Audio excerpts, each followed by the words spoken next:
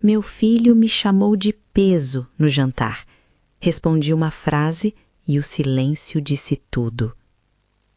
Eu tinha 63 anos quando meu filho me chamou de peso. Foi num jantar de domingo, na casa dele. A mesa estava posta, a comida ainda fumegava nos pratos e eu segurava o garfo no ar quando a palavra saiu da boca dele. Peso. Como se eu fosse uma mala velha que ninguém quer carregar. Olhei para ele. Respirei fundo e disse apenas uma coisa. Então me solta. O silêncio que veio depois foi tão pesado que dava para ouvir o barulho do relógio na parede. Ninguém mastigou, ninguém bebeu água. Só o som da minha respiração e o tinir baixinho de um garfo que alguém deixou cair no prato. Antes de eu continuar, eu queria te pedir uma coisa. Se você já passou por alguma situação parecida, se já se sentiu invisível dentro da própria família, ou se conhece alguém que está vivendo isso agora, deixe um comentário aqui embaixo, porque a gente precisa falar sobre isso. A gente precisa se fortalecer juntas. E se essa história te tocar de algum jeito, se inscreve no canal, porque aqui a gente não esconde a dor. A gente enfrenta ela de frente. Meu nome é Helena. Nasci e cresci em Belo Horizonte, num bairro simples, onde todo mundo conhecia todo mundo. Meu pai era motorista de ônibus, minha mãe costureira. Aprendi desde cedo que a gente não tinha luxo, mas tinha dignidade. Casei aos 22 com o Antônio, um homem bom, trabalhador, que me fez feliz durante 38 anos. A gente teve um filho só, o Rafael. Eu queria mais, mas a gravidez foi difícil e o médico disse que seria arriscado tentar de novo. Então concentrei tudo no Rafael. Todo amor, todo cuidado, todo sacrifício. Antônio morreu faz 5 anos, infarto fulminante. Ele estava consertando o portão de casa e de repente caiu. Nem deu tempo de eu chamar a ambulância direito. Eu fiquei perdida. A casa ficou vazia de um jeito que eu nunca imaginei. Mas eu tinha o Rafael. Ele veio no velório, chorou comigo, segurou minha mão. E eu pensei, eu ainda tenho meu filho. Eu ainda tenho família. O Rafael sempre foi um menino dedicado. Estudou em escola pública, passou na federal, se formou em engenharia. Eu e o Antônio trabalhamos dobrado para pagar cursinho, material, roupa para entrevista. Eu costurava de madrugada para fora, fazia doces por encomenda, limpava a casa das outras. Tudo para que ele não precisasse se preocupar, para que ele tivesse as oportunidades que a gente nunca teve. E ele correspondeu. Se formou, conseguiu um emprego bom, casou com a Vanessa, comprou um apartamento num bairro melhor que o nosso. Eu fiquei orgulhosa. Pensei que tinha feito tudo certo. A Vanessa é outra história. Ela veio de uma família com dinheiro. Não é rica, mas tem um padrão. Os pais dela têm casa de praia, carro importado, essas coisas. Quando o Rafael começou a namorar ela, eu logo percebi um certo distanciamento. Não era grosseria, era pior, era indiferença. Ela me cumprimentava, sorria, mas o sorriso nunca chegava nos olhos. Eu tentava puxar assunto, perguntar da faculdade dela, do trabalho, mas as respostas eram sempre curtas. Tá tudo bem, Dona Helena? Ah, não sei ainda. Ela me chamava de Dona Helena, mesmo depois de casar com meu filho. Isso sempre me incomodou. No começo eu achei que era só jeito dela, que ela era mais reservada, mas com o tempo comecei a notar outras coisas. Quando eu ligava para o Rafael, ela atendia e dizia que ele estava ocupado. Quando eu mandava mensagem, demorava horas para ele responder. E quando eu ia visitar, sentia que estava incomodando. A casa deles era bonita, arrumada, cheirosa, mas eu sempre me sentia deslocada, como se eu não pertencesse àquele lugar, como se eu fosse a velha da periferia que não sabia se comportar. Eu nunca falei nada, engoli, porque eu não queria ser aquela sogra chata, aquela mãe que mete o bedelho. Eu queria que meu filho fosse feliz, e se a felicidade dele era com a Vanessa, eu aceitava, mesmo que isso significasse eu ficar mais de lado. Depois que o Antônio morreu, o Rafael começou a me visitar menos. Ele ligava de vez em quando, perguntava se eu estava bem, se precisava de alguma coisa, mas era sempre corrido, sempre com pressa. Mãe, depois eu te ligo melhor. Mãe, tô com uns prazos aqui no trabalho. Eu entendia. Ele tinha a vida dele. Tinha a esposa, a carreira. Eu não podia ficar dependendo dele para tudo. Mas a solidão começou a apertar. A casa ficou grande demais para mim sozinha. Eu tentava preencher os dias. Assistia novela, fazia crochê, ia na missa, conversava com as vizinhas. Mas à noite, quando eu deitava na cama, o silêncio era ensurdecedor. Eu sentia falta do Antônio. Sentia falta de ter alguém para dividir o café da manhã, para reclamar da conta de luz, para rir de bobagem na televisão. Foi num desses dias vazios que eu liguei para o Rafael e perguntei se ele podia vir almoçar no domingo. Ele demorou para responder. Eu ouvi a Vanessa falando alguma coisa ao fundo. E ele disse que não dava, que eles tinham um compromisso. Eu insisti. Filho, faz mais de um mês que a gente não se vê. Ele suspirou. Tá bom, mãe, a gente vai. Mas a voz dele soou cansada, como se eu tivesse pedido um sacrifício. Eles vieram, mas foi estranho. O Rafael mal me abraçou. A Vanessa ficou no celular o tempo todo. Eu tinha feito o frango com quiabo que ele adorava quando era criança. Mas ele comeu pouco, disse que estava sem fome e foi embora logo depois da sobremesa. Eu fiquei na porta, acenando, vendo o carro dele sumir na esquina. E senti uma coisa pesada no peito. Uma sensação de que eu estava perdendo meu filho, de que ele estava escorregando por entre os meus dedos e eu não sabia como segurar. Os meses foram passando. Eu tentava manter contato, mandava mensagens, ligava, perguntava da vida dele, mas as respostas eram cada vez mais secas. Até que um dia ele me ligou e a voz dele estava diferente, mais séria, mais formal. Ele disse que precisava conversar comigo, que era importante. Eu senti o coração apertar. Pensei que fosse algo de saúde, que ele ou a Vanessa tivessem doentes, mas não era isso. Ele me chamou para jantar na casa dele, num sábado à noite. Disse que a Vanessa ia fazer uma coisa especial. Eu estranhei. A Vanessa nunca tinha feito questão de me receber, mas eu não quis desconfiar. Arrumei minha roupa melhor, comprei um vinho, peguei um ônibus e fui. Quando cheguei, tinha mais gente. Os pais da Vanessa estavam lá e o irmão dela com a esposa. Eu me senti ainda mais deslocada, mas fui educada. Cumprimentei todo mundo, elogiei a casa, me sentei onde me indicaram. A mesa estava linda, toalha branca, louça bonita, velas acesas. Parecia jantar de revista. A Vanessa serviu a entrada, uma salada com não sei o quê. Eu comi em silêncio. Tentei puxar conversa com a mãe dela, mas ela respondia com monossílabos. O pai dela estava falando de investimento, de ações, de coisas que eu não entendia. Eu só sorria e balançava a cabeça, me sentindo cada vez menor. Então veio o prato principal, um peixe. Eu nem gosto muito de peixe, mas não ia reclamar. Comecei a comer. E foi nesse momento que a conversa mudou de rumo. A Vanessa olhou para o Rafael e ele pigarreou, limpou a garganta e começou a falar. Ele disse que eles estavam pensando em comprar uma casa maior, que o apartamento estava apertado, que eles queriam ter filhos e precisavam de espaço. Eu sorri, achei bonito, disse que torcia muito por isso, que eu adoraria ser avó. Ele não sorriu de volta, continuou falando. Disse que para conseguir comprar a casa, eles precisavam fazer uns ajustes, que as coisas estavam apertadas, que ele estava ajudando algumas pessoas da família e isso estava pesando no orçamento. Eu ainda não tinha entendido. Fiquei olhando para ele, esperando. E então a Vanessa completou. A gente precisa reorganizar as prioridades, Dona Helena. Eu piscava, tentando entender. E o Rafael, sem olhar para mim, disse que a casa onde eu morava era grande demais para mim sozinha, que eu podia vender e comprar um apartamento menor, num bairro mais simples, que assim eu ia ter dinheiro sobrando e ele não ia precisar me ajudar todo mês. Eu senti como se tivessem jogado um balde de água gelada na minha cara. Me ajudar todo mês? Ele me mandava R$300 por mês, desde que o pai dele morreu. R$300 que mal pagavam a conta de luz. Eu nunca tinha pedido. Ele que ofereceu. Disse que era o mínimo que podia fazer. E agora ele estava dizendo que aquilo era um peso. Eu respirei fundo, coloquei o garfo no prato e perguntei com a voz calma. Peso? O Rafael desviou o olhar. A Vanessa tomou a frente.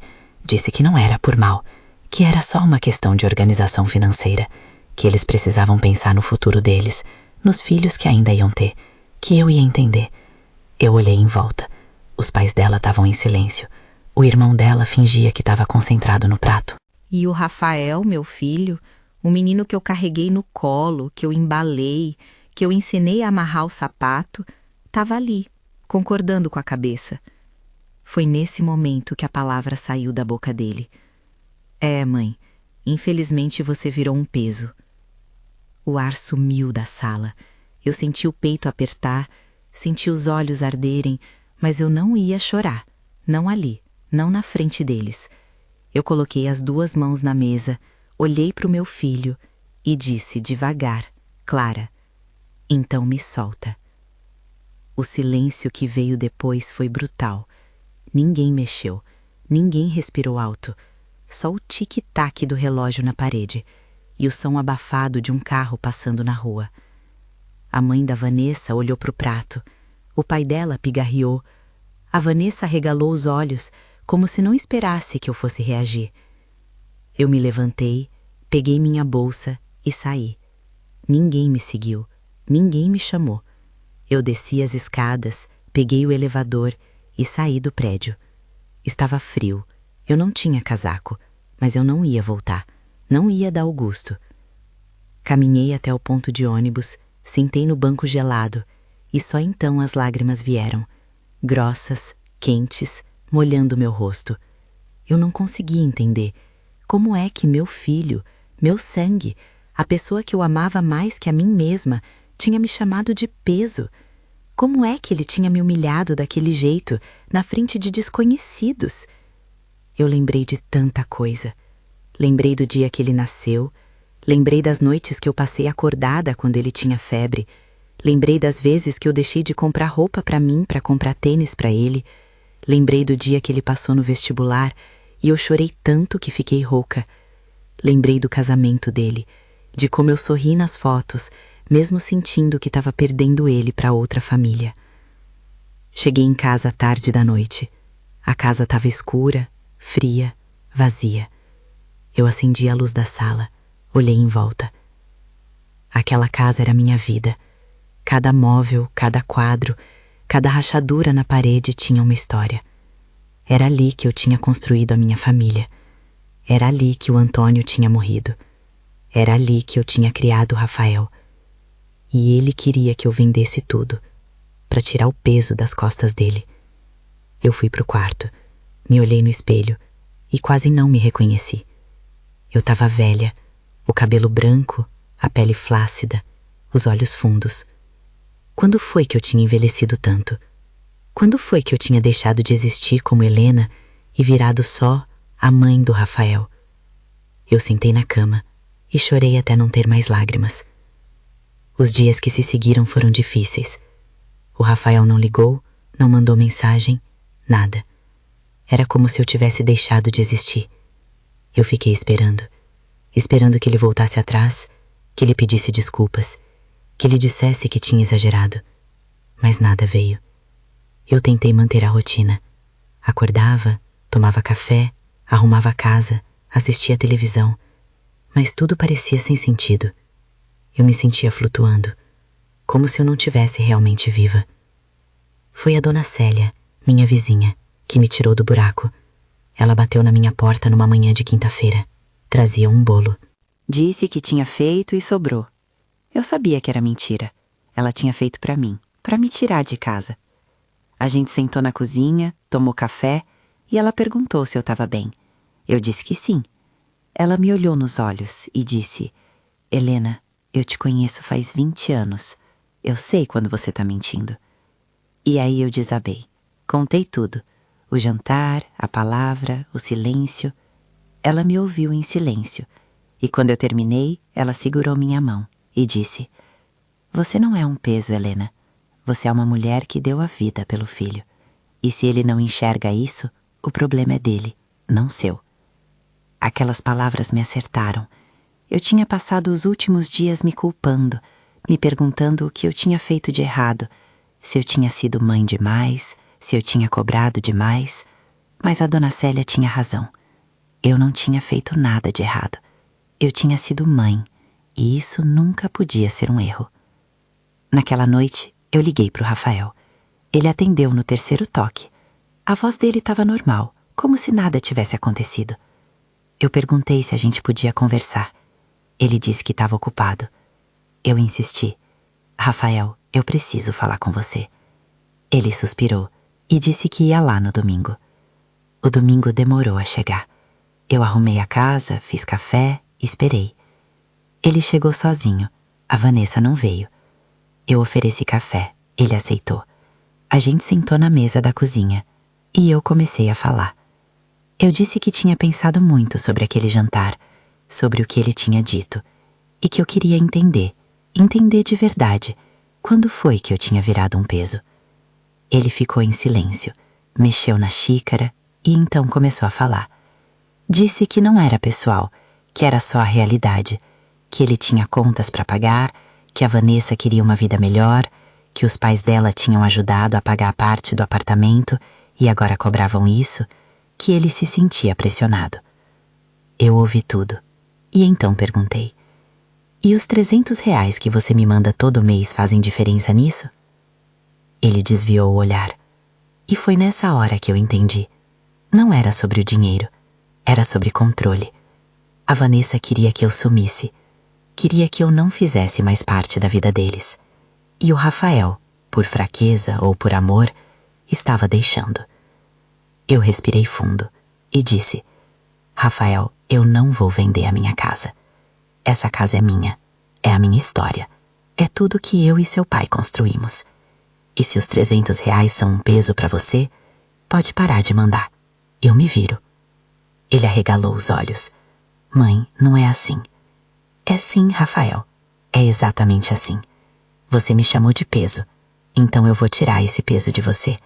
A partir de hoje, você não precisa mais se preocupar comigo. Eu cuido de mim. Ele tentou argumentar, disse que eu estava exagerando, que ele não tinha dito aquilo com a intenção de me magoar, mas eu não quis ouvir. Eu tinha escutado o suficiente.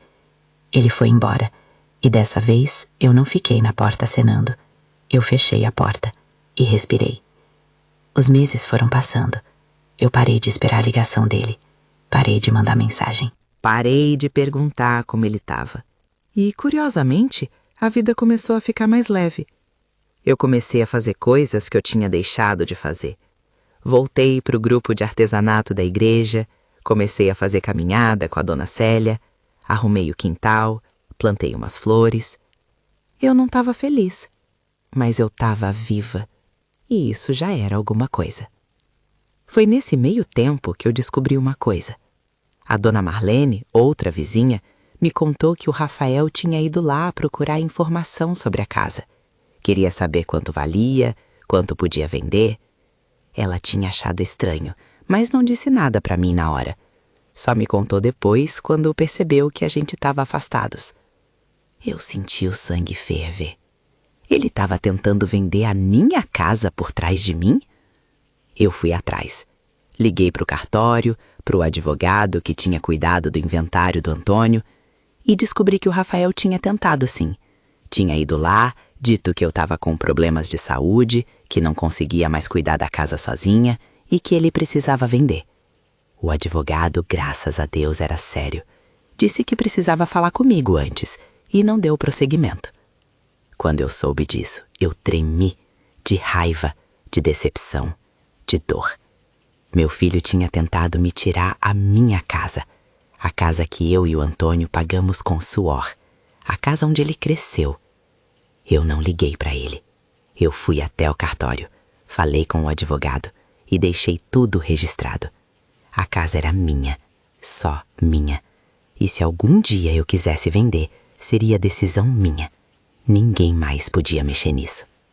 O advogado, um senhor de uns 50 anos, me olhou com pena e disse: a senhora fez a coisa certa. Infelizmente eu vejo muito isso. Filhos que acham que os pais são peso e que tentam se aproveitar. Eu saí de lá com o coração pesado, mas também com uma certeza. Eu não ia deixar ninguém me desrespeitar de novo, nem mesmo meu filho. Passou mais um tempo. Eu já estava me acostumando com a vida sem o Rafael. Tinha até parado de doer tanto. Até que num dia qualquer, ele apareceu na minha porta. sem avisar. Estava com o rosto abatido, os olhos vermelhos. Ele entrou, sentou no sofá e começou a chorar. Eu fiquei paralisada. Meu filho, que sempre foi forte, que sempre foi controlado, estava ali, chorando feito criança. Eu não sabia o que fazer. Uma parte de mim queria abraçar ele, a outra parte ainda estava magoada demais. Ele contou que a Vanessa tinha pedido o divórcio, que ela tinha conhecido outro cara, que estava saindo com ele fazia meses, que ela só estava esperando a casa nova ficar pronta para dar o fora, e que agora ele estava sozinho. Eu ouvi tudo e senti uma mistura de coisas: pena, raiva, alívio. Ele olhou para mim e disse: "Mãe, eu errei muito. Me desculpa." Eu respirei fundo e disse: "Rafael, eu te amo, mas eu não vou fingir que tá tudo bem. Você me machucou, você me humilhou, você tentou vender a minha casa sem eu saber. Você escolheu ela, e agora que ela te largou, você voltou pra mim." Ele baixou a cabeça e ficou em silêncio. Eu continuei. Eu passei meses me sentindo inútil, me sentindo um peso. Eu questionei tudo que eu fiz como mãe. Eu pensei em desistir, e você nem ligou, nem veio saber se eu estava viva. Ele começou a chorar de novo. Disse que estava perdido, que a Vanessa tinha manipulado ele, que ele não sabia mais diferenciar o que era certo do que era errado, que ele só queria voltar a ter a mãe dele. Eu senti as lágrimas subirem, mas eu não ia deixar elas caírem, não ainda. Eu disse: "Rafael, eu sou sua mãe, e sempre você. Mas a relação entre a gente mudou. Você quebrou a confiança, e confiança não se reconstrói da noite pro dia." Ele perguntou o que ele podia fazer, e eu disse: "Você precisa aprender a me respeitar, a me ver como uma pessoa, não como alguém que existe só para te servir, ou como alguém que atrapalha a sua vida. Eu sou a sua mãe, mas eu também sou Helena, e a Helena merece dignidade." Ele balançou a cabeça, disse que ia tentar, que ia fazer diferente. Eu não sei se acreditei, mas eu quis acreditar. Ele começou a vir mais vezes, no começo tímido, tocava campainha, perguntava se podia entrar. Eu deixava. A gente tomava café, conversava sobre coisas banais, o tempo, as notícias, nada muito profundo. Era como se a gente estivesse se conhecendo de novo. E aos poucos as feridas começaram a cicatrizar. Não sararam por completo, talvez nunca sarem, mas ficaram mais suportáveis. Um dia ele chegou e trouxe um presente, uma moldura com uma foto antiga. Eu, ele e o Antônio, no quintal de casa. Eu tava rindo. O Rafael era criança, uns 7 anos. O Antônio segurava ele no colo. Eu tinha esquecido dessa foto.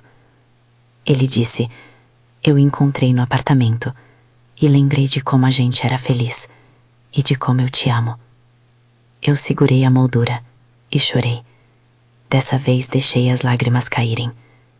Sabe, tem momentos na vida que a gente se pergunta se vale a pena perdoar, se vale a pena tentar de novo. E eu não sei a resposta certa.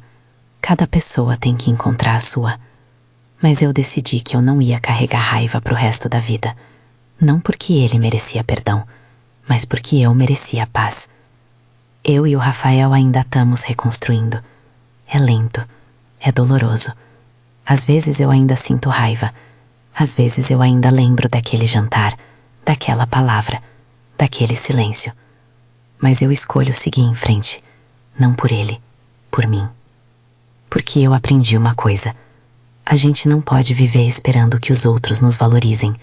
A gente tem que se valorizar, a gente tem que se respeitar. E se alguém, mesmo sendo filho, marido, irmão, nos trata como peso, a gente tem que ter coragem de se soltar. Eu não vendi a casa, eu não saí do meu lugar, eu não deixei ninguém me diminuir. E hoje, quando eu me olho no espelho, eu vejo uma mulher mais velha, é verdade, mas eu também vejo uma mulher mais forte. Uma mulher que aprendeu que amor não é se anular. Amor é se respeitar, E se você tá passando por algo parecido, eu quero que você saiba uma coisa. Você não é um peso. Você nunca foi. Você é uma pessoa completa, com história, com valor, com direito à dignidade. E se alguém não enxerga isso, o problema não é você, é quem olha. Antes de eu terminar, eu queria te pedir mais uma coisa. Se essa história mexeu com você, se te fez pensar, se te fez sentir alguma coisa, compartilha ela. Porque tem muita gente passando por isso em silêncio. Tem muita gente se sentindo peso. E a gente precisa mostrar que não é assim. Que a gente merece respeito, sempre. Deixa teu comentário aqui embaixo também. Conta tua história. Porque juntas, a gente é mais forte. Eu queria te contar sobre um episódio que aconteceu depois de tudo isso. Um episódio que me fez entender ainda mais algumas coisas. Foi num domingo. Eu estava em casa, tranquila, quando tocaram a campainha. Era o Rafael. Mas dessa vez ele não estava sozinho. Tinha uma mulher com ele. Mais jovem, bonita, simpática. Ele me apresentou. Era a Beatriz, a nova namorada dele. Eu confesso que senti um aperto. Não por ciúmes, mas por medo.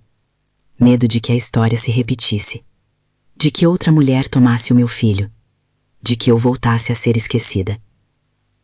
Mas a Beatriz era diferente. Ela me cumprimentou com um sorriso genuíno. Me chamou de Dona Helena, mas com carinho. Perguntou da casa, elogiou as flores do quintal. E quando eu ofereci café, ela aceitou e sentou na cozinha comigo, enquanto Rafael atendia uma ligação do trabalho. A gente conversou sobre a vida dela, sobre a família. Ela era professora. Tinha perdido a mãe cedo. E me disse uma coisa que me marcou. Dona Helena, o Rafael me contou tudo o que aconteceu. E eu quero que a senhora saiba que eu admiro a senhora. Não é fácil colocar limites, principalmente com filho. Eu fiquei sem palavras. Ela sabia. E mesmo assim, estava ali, com respeito. O Rafael voltou. E a gente almoçou juntos. Foi gostoso. Foi leve. Foi a primeira vez, depois de tudo, que eu senti que as coisas podiam de fato mudar. Quando eles foram embora, a Beatriz me abraçou e sussurrou no meu ouvido. Eu vou cuidar dele, mas sem tirar a senhora da vida dele. Eu prometo. E ela cumpriu. Com o tempo, a Beatriz se tornou quase uma amiga. Ela me ligava, perguntava se eu precisava de alguma coisa. Me convidava para almoçar na casa deles. E o Rafael, vendo isso, começou a agir diferente também. Começou a me incluir de verdade. Eu não estou dizendo que virou um conto de fadas. Ainda tem dias difíceis. Ainda tem feridas que ardem. Mas tem também dias bons. Dias em que eu rio. Dias em que eu sinto que sou parte de alguma coisa. Dias em que eu não sou peso.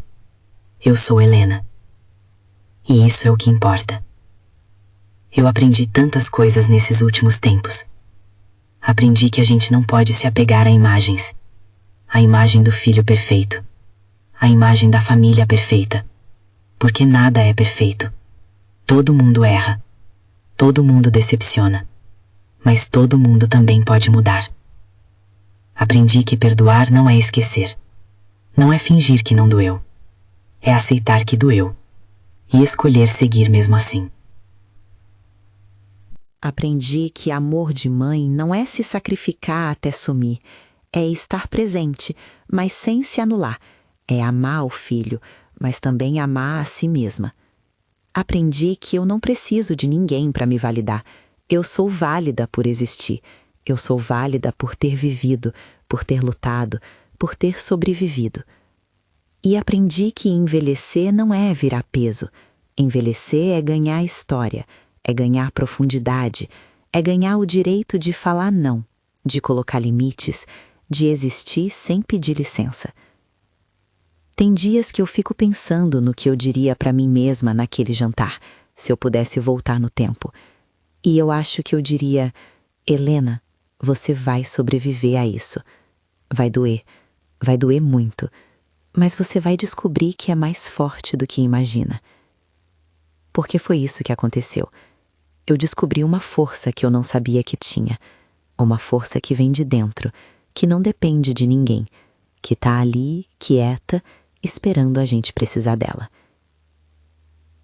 Teve um momento, alguns meses depois daquele jantar terrível, que eu estava na cozinha fazendo pão. Era uma tarde de sábado.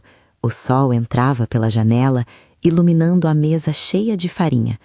E eu, com as mãos na massa, amassando, sovando, sentindo a textura mudar debaixo dos meus dedos. E de repente eu parei. Olhei para as minhas mãos. Mãos velhas, cheias de manchas, de rugas, de calos. Mãos que trabalharam a vida inteira. Mãos que embalaram meu filho, que enterraram meu marido, que construíram a minha vida. E eu senti uma gratidão imensa.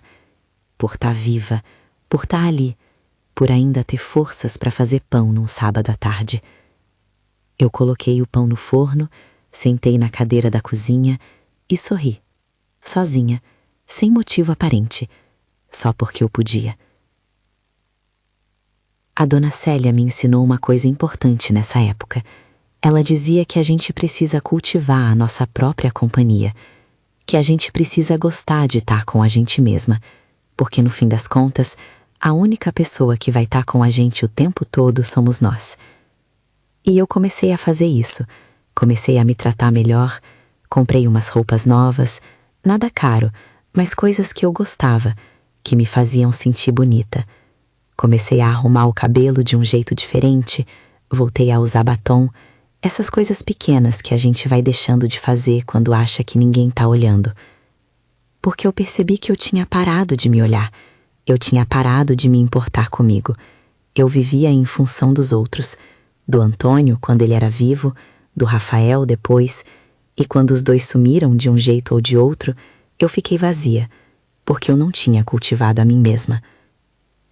Então eu comecei, devagar, aos poucos, redescobri coisas que eu gostava.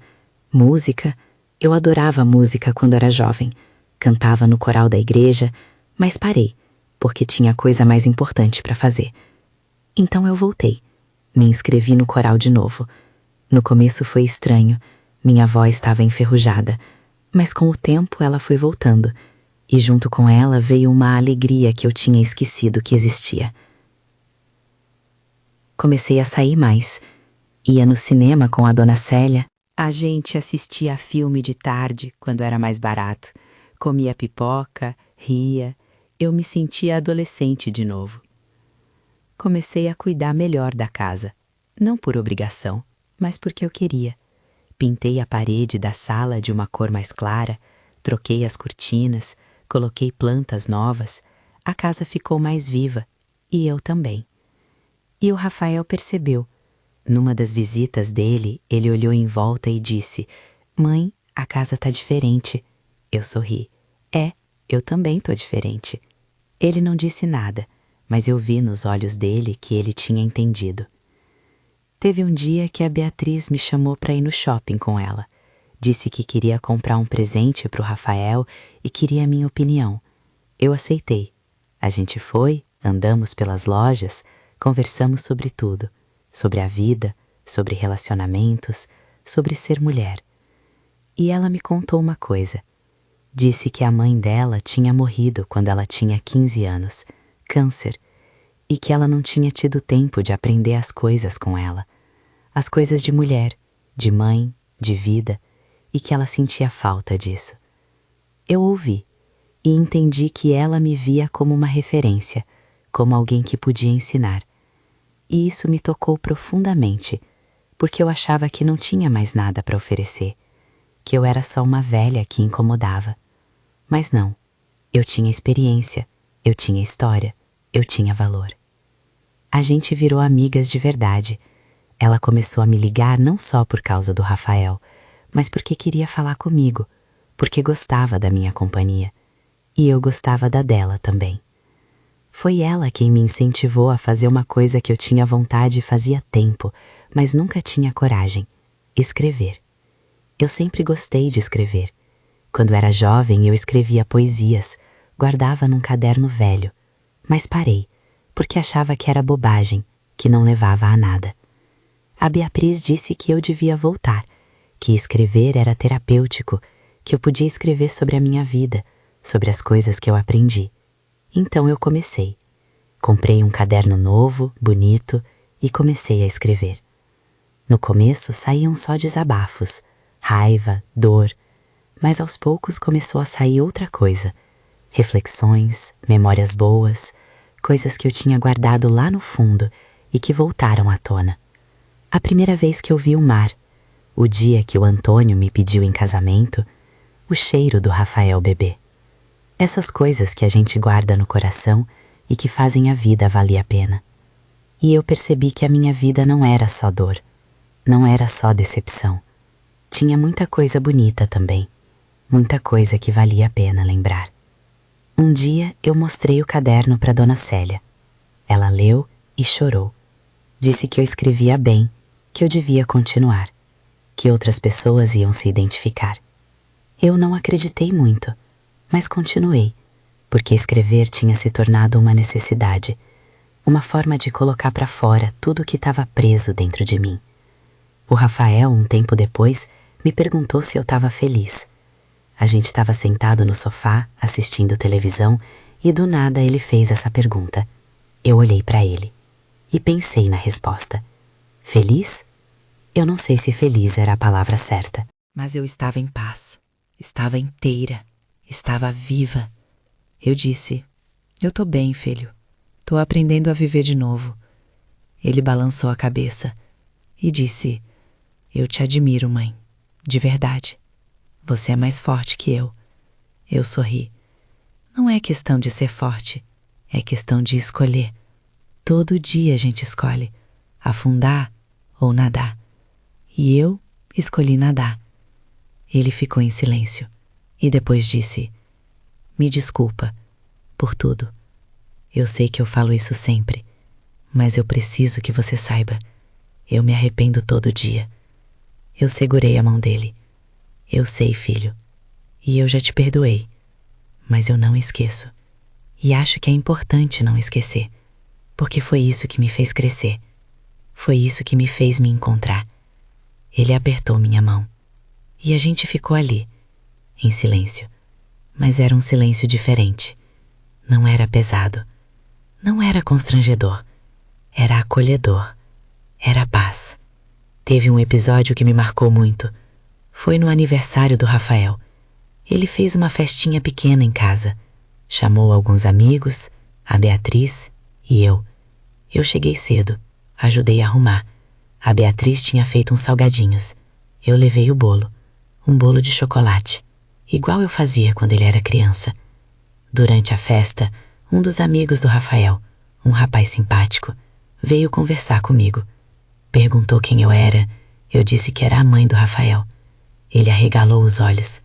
Sério? O Rafael fala tanto da senhora. Ele sempre diz que a senhora é a pessoa mais importante da vida dele. Eu fiquei surpresa.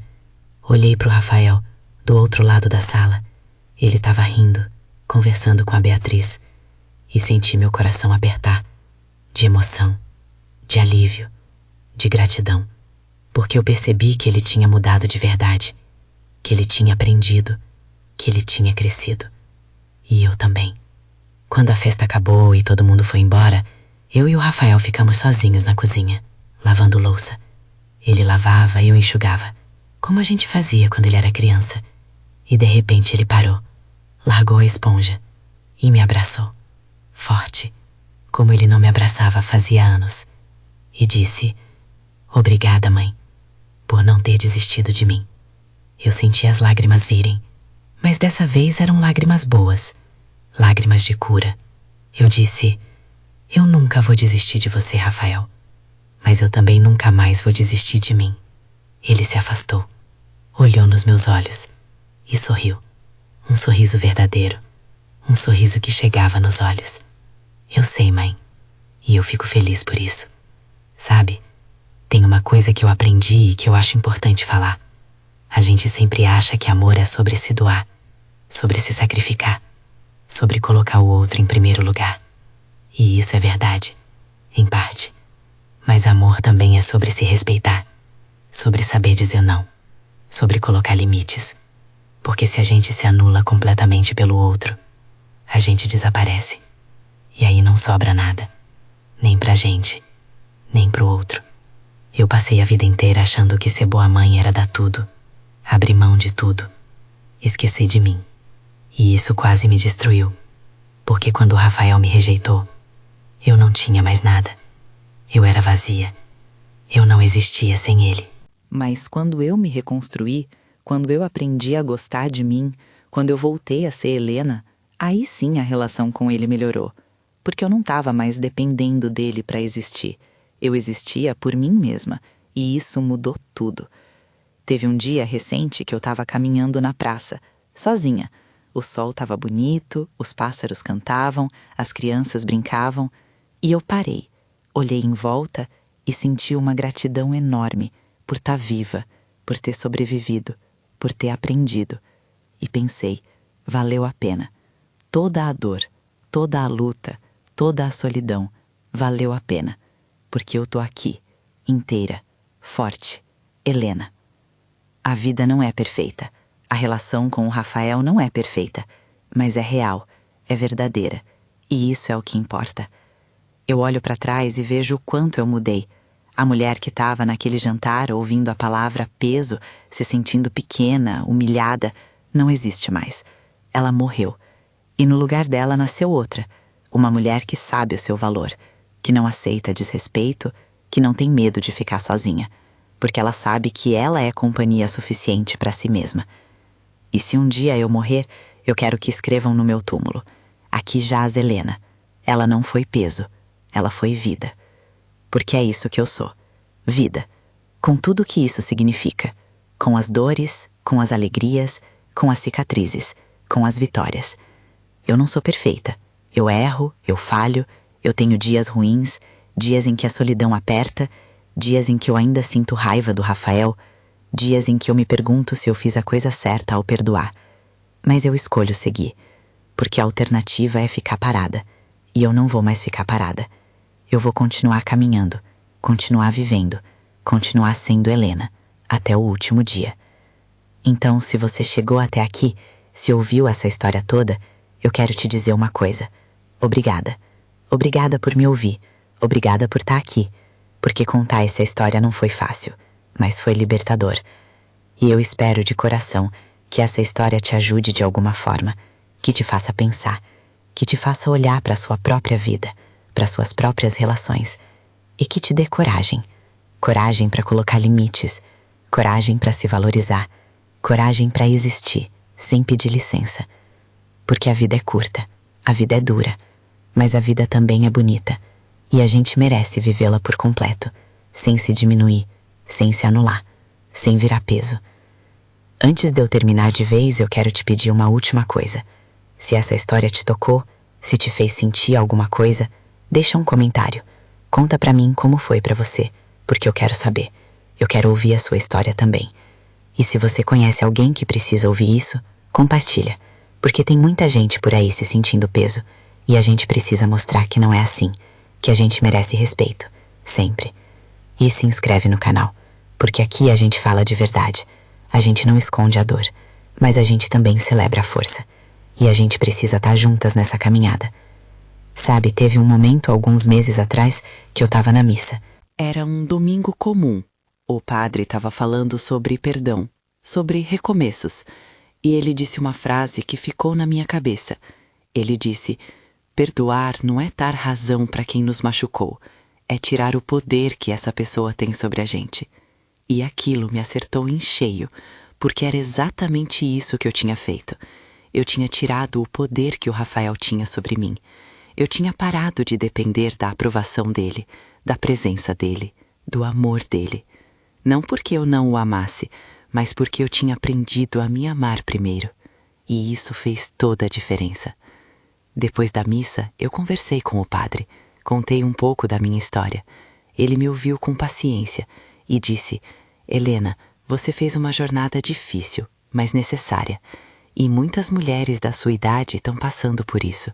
Filhos que esquecem, que desrespeitam, que tratam as mães como peso, e essas mulheres precisam ouvir que elas não são peso, que elas têm valor, que elas merecem dignidade. Ele me incentivou a falar sobre isso, a compartilhar a minha experiência. Disse que eu podia ajudar outras pessoas. E foi aí que eu comecei a pensar: será que tem mais gente passando por isso? Será que tem mais mães sendo chamadas de peso, de fardo, de problema? E aí eu comecei a prestar atenção e percebi que sim, que tem muita gente. A dona Célia mesma, a minha vizinha, me contou que o filho dela, que mora no Rio, quase nunca liga, só aparece quando precisa de alguma coisa. E ela sofre em silêncio, porque tem vergonha de falar, porque acha que é culpa dela, que ela fez algo errado. Eu conversei com ela, disse que não era culpa dela, que ela tinha sido uma mãe maravilhosa, que ela tinha dado tudo pelo filho, e que se ele não reconhecia, o problema era dele, não dela. E ela chorou. Disse que ninguém nunca tinha dito isso pra ela, que todo mundo sempre culpava ela, dizendo que ela mimou demais, que ela cobrava demais, que ela era chata, mas ninguém falava do filho, da ingratidão dele, do desrespeito.